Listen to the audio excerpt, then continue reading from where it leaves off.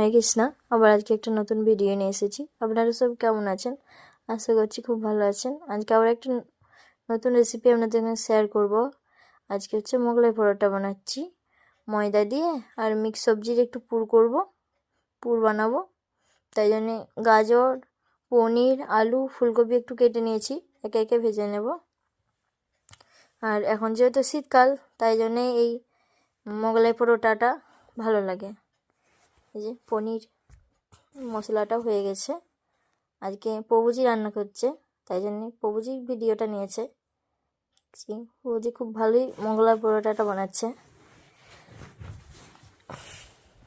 এই যে হয়ে গেছে সবজিটা, পনির আছে, গাজর আছে, ফুলকপি আছে, ব্যাস এইটুকুই। যে আমি ময়দাটা মাখিয়ে নিলাম, মাখিয়ে সবজিটাও ঠান্ডা হয়ে গেছে। এবারে বেলে একে একে দিয়ে দেবো, পুরটা ভরে নেব। পুরটা ভরে নিচ্ছি। এবারে মুড়ে নিতে হবে, মোগলাই যেমন করে মুড়ে।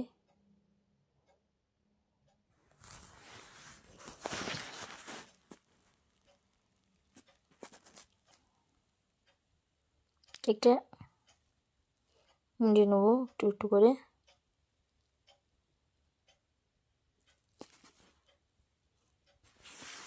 পুরটা সমান করে নিচ্ছি, একটুখানি করে জল দিয়ে দিচ্ছি, নাহলে যেহেতু ময়দা তাই জন্য ছেড়ে যেতে পারে ভাজতে ভাজতে।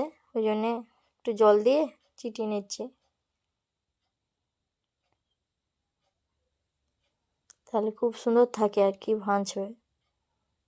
এই যে এবারে মুড়ে নেব।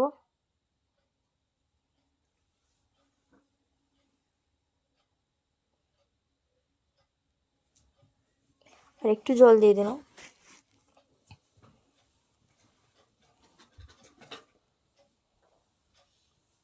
কোন দিকে সুচ্ছ তো এই যে ভাজতেও দিয়ে দিয়েছি, একে একে ভেজে নেব। ভাজা হয়েও গেছে মোগলাই পরোটা আর পাঁপড় ভাজা ভোগ লাগিয়ে আজকে এইটুকুই প্রসাদ বানিয়েছি, আর কিছু বানাই না। ছেলের জন্য একটু অন্ন করব। এখানে ভিডিওটা শেষ করছি। হরে কৃষ্ণা।